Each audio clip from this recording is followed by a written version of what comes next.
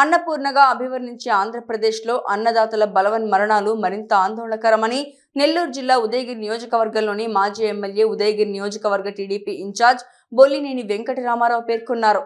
ఇటీవల కొండాపురం మండలం గొట్టిగుండాలలో పులివర్తి శ్రీనివాసులు అనే రైతు అప్పుల బాధ తాళలేక ఆత్మహత్య చేసుకున్నారు. ఆ కుటుంబాన్ని బొల్లినేని వెంకటరామారావు పరామర్శించారు. ఆయన ఆ కుటుంబ పరిస్థితి చూసి చెలించిపోయారు. వెంటనే మండల టీడీపీ నాయకులతో చర్చించి ఆ కుటుంబానికి అన్ని విధాల అండగా ఉండాలని తెలిపారు. బొల్లినేని వెంకటరామారావు వారికి 25,000 రూపాయలు ఆర్థిక సాయం చేయగా మండల పార్టీ నాయకులు అందరూ 1,25,000 రూపాయలు కలిపి 1,50,000 రూపాయలు ఆ కుటుంబానికి ఆర్థిక సాయం చేశారు. వారి పిల్లలను ఎన్టీఆర్ ట్రస్ట్ ద్వారా చదివించే బాధ్యత తాను తీసుకుంటానని ఆ కుటుంబానికి హామీ ఇచ్చారు. రాష్ట్రంలో రైతుల పరిస్థితి ఎంత దారుణంగా ఉందో ఈ ఘటనతో అర్థమవుతుందన్నారు.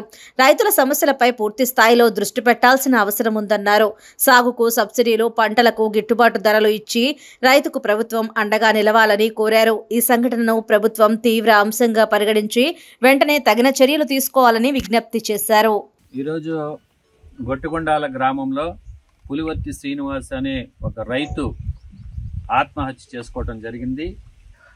వాళ్ళ పరిస్థితి చూస్తే చిన్న పిల్లలు చాలా బాధాకరంగా అనిపిస్తుంది. వాళ్ళ ఇంటికి వచ్చాను ఇక్కడ నేను.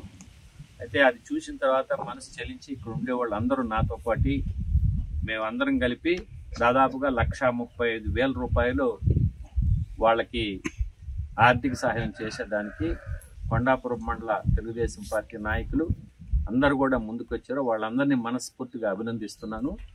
ఇంకా కూడా వాళ్ళ పిల్లలకి రేపు ఎన్టీఆర్ ట్రస్ట్ తరఫున ఏదైతే చదువుకునే దానికి అవకాశం కల్పించేదానికి కూడా నేను ఎన్టీఆర్ ట్రస్ట్లో మాట్లాడి అది కూడా ఏర్పాటు చేయాలని చెప్పేసి ఒక ఆలోచనతో రేపు దాన్ని కూడా మేము చేస్తామని చెప్పి సందర్భంగా తెలియజేస్తున్నాను. ఎవరికి ఈరోజు ఉదయగిరి నియోజకవర్గంలో చాలా దయనీయ పరిస్థితుల్లో ఉన్నారు రైతులు.